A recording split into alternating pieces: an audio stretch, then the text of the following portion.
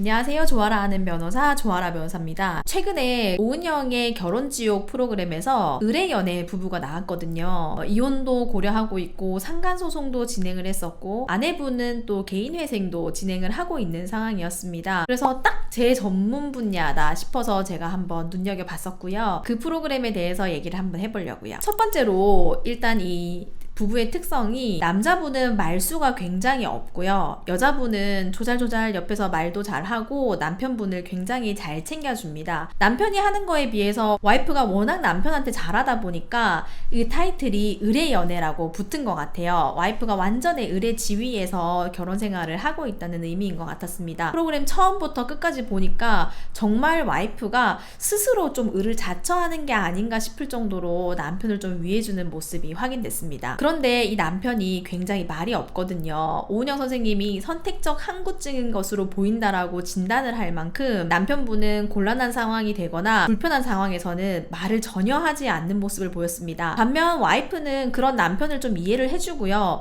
남편이 대답을 하지 않더라도 혼자 앉아서 남편한테 끝도 없이 말을 겁니다. 그런데 왜 대답을 안 하냐 이렇게 추궁하지도 않고요. 그냥 혼잣말 하듯이 말씀을 하시더라고요. 그런데 충격적인 점은 이 남자분 외도를 하신 거였어요. 그렇게 말도 없는 사람이 밖에 나가서는 외도를 한다는 게 되게 놀랍지 않으십니까? 외도를 하고 상간소송을 여자분이 하게 돼요. 근데 처음부터 상간소송을 한 건 아니고 외도 사실을 알고 너무 충격을 받아서 이 상간녀하고 남편하고 3자 대면을 한 것으로 보였습니다. 그런데 둘 다 자기한테 사과를 하지 않는 거예요. 그래서 이 상간녀를 용서할 수 없었던 와이프가 상간소송을 강행하게 되는 거죠. 그리고 지금 외도를 알게 된 게 차량 안에 있는 블랙박스에서 상간녀하고 남편하고 대화하는 것들을 듣게 됩니다. 그런데 남편분이 정말 말수가 없는데 그 부부 생활을 촬영하는 영상에서는 진짜 대답을 한마디 안 하시거든요. 그 블랙박스에서는 두 분이서 굉장히 좀 다정하게 얘기를 하는 모습이 나와요. 와이프 입장에서는 얼마나 충격적이었겠습니까? 상간소송을 안 하고는 못 빼기죠. 근데 포인트는 상간소송 할 수도 있고 뭐 외도할 수도 있고 다 그렇다 쳐요. 근데 제가 진짜 화가 났던 부분은 뭐냐면 이제 와이프는 이혼은 전혀 원하지 않는 사람이에요. 지금도 이혼하고 싶지 않아요, 이분은. 근데 남편이 상간소송을 취하해주지 않으면 이혼을 하겠다라고 엄포를 놓습니다. 거기에 그치지 않고 와이프가 이혼소송을 끝까지 강행하면 상간녀가 지급해야 되는 위자료를 본인이 부담하겠다고 나서는 겁니다. 이것도 굉장히 기가 막히죠. 그래서 와이프가 막 울면서 한탄을 해요, 남편한테. 도대체 나한테 어떻게 그럴 수가 있냐. 당신 어떻게 나한테 취하 안 하면 이혼한다고 할 수가 있냐. 어떻게 그 위자료를 자기가 낸다고 할 수가 있냐 하는데 남편이 고개를 푹 숙이고 아무 말도 안 합니다. 정말 아무 말도 안 하고 그냥 내가 죄인이지 뭐 나는 할 말이 없다.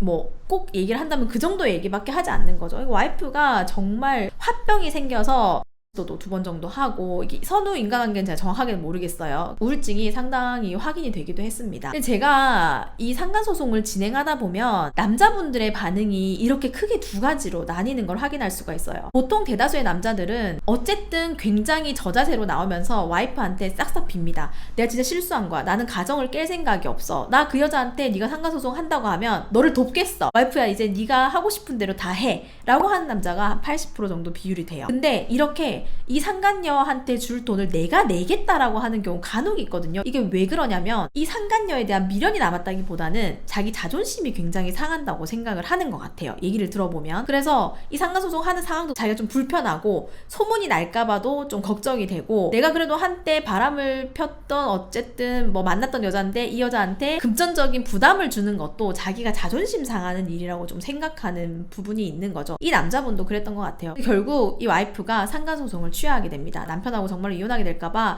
그걸 두려워했던 것 같아요.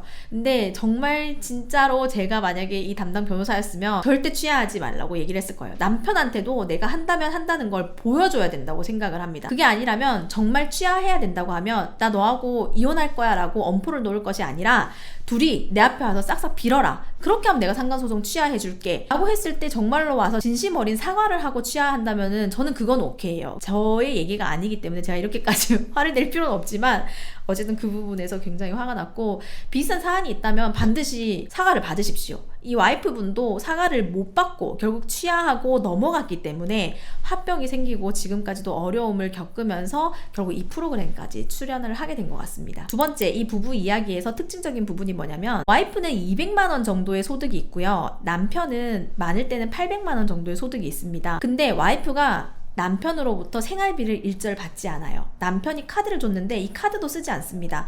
모든 대출금부터 시작해서 생활까지 와이프가 모두 다 하는 거예요. 전세 대출금부터 가정 내의 생활비나 아이들의 통신비까지도 와이프가 200만 원 소득으로 모두 해결을 하고 있는 겁니다. 근데 200만 원으로 해결이 안 되니 와이프가 계속 빚이 생겨요. 개인회생을 2번이나 하게 됩니다. 그런데 남편은 남일 보듯이 하고 와이프가 생활비를 쓰느라 빚이 생긴 건데도 마치 사고를 친 것처럼 사고를 또 쳤어 라는 듯이 이 와이프의 개인회생을 바라보기만 합니다. 굉장히 무책임해 보이죠. 그래서 남편한테 그걸 물었더니 와이프가 요구하지 않는 것에 대해서는 자기도 이유를 잘 모르겠다 이런 식으로 얘기를 하고요. 와이프는 내 책임으로 내 명의로 된 빚이니 내가 해결해야 된다고 생각을 한다 라고 하면서 과도한 책임감을 느끼는 모습을 보였습니다. 결국 와이프는 남편을 정말 사랑하고 그래서 남편한테 이 빚이 생긴 거를 되게 자신의 약점이라고 생각하기 때문에 안 좋은 모습을 보이기 싫어하는 모습이었습니다. 그 말은 즉슨 남편을 의지하지 못한다는 의미겠죠. 그런데 남편은 와이프가 자신을 의지하지 못한다 이런 생각을 하는 게 아니라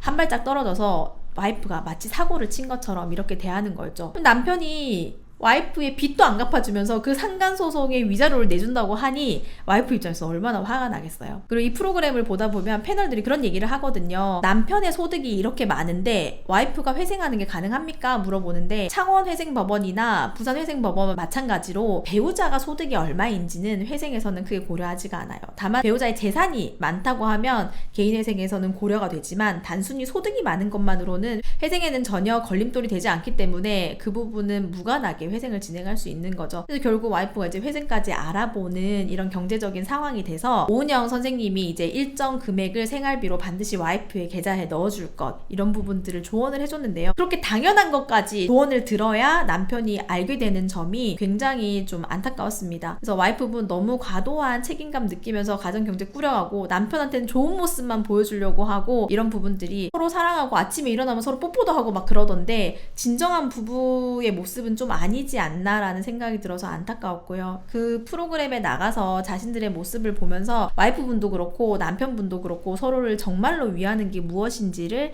좀 알게 되는 시간을 보냈던 것 같습니다. 사실 의뢰연애 이 부분은 그렇게 자극적이지도 않고요. 재미가 어쩌면 없었을 수도 있어요. 그런데 제가 이 부부편을 리뷰하는 이유는 어쩌면 많은 가정에서 일어날 수 있는 일이기도 하고 남편과 아내가 서로 살을 맞대고 살고 있고 서로 가장 잘 알고 있다고 생각하지만 사실 대화하지 않고 서로에게 무관심하면서 보여줄 수 있는 갈등의 한 요소를 좀 잘 드러냈다고 보여지는 편이라서 오늘 한번 가지고 와봤습니다. 제가 생각했을 때 부부 생활을 함에 있어서 가장 중요한 건 말이거든요. 말 이쁘게 하는 것, 솔직하게 하는 것, 그리고 진심을 상대방에게 잘 전달하는 것 이런 부분들은 어른이 된다고 해서 자연스럽게 되는 건 아닌 것 같아요. 지금 오늘부터라도 남편에게 그리고 와이프에게 연습하면서 조금 더 행복한 가정생활 유지하셨으면 좋겠습니다.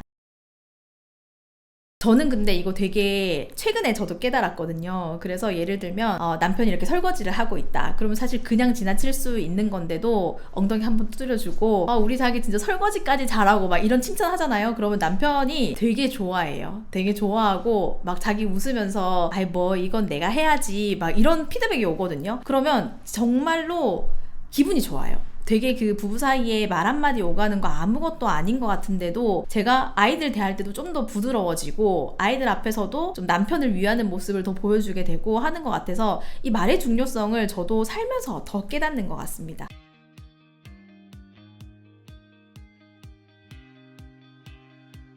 결혼지옥뿐만 아니라 이혼숙녀 캠프나 여러 이제 이혼 관련 프로그램 보고 있는데 이 프로그램 관련해서 또 재밌는 편 있으면 소개하기 위해서 가지고 오겠습니다. 이상 조아라 하는 변호사 조아라 변호사였습니다.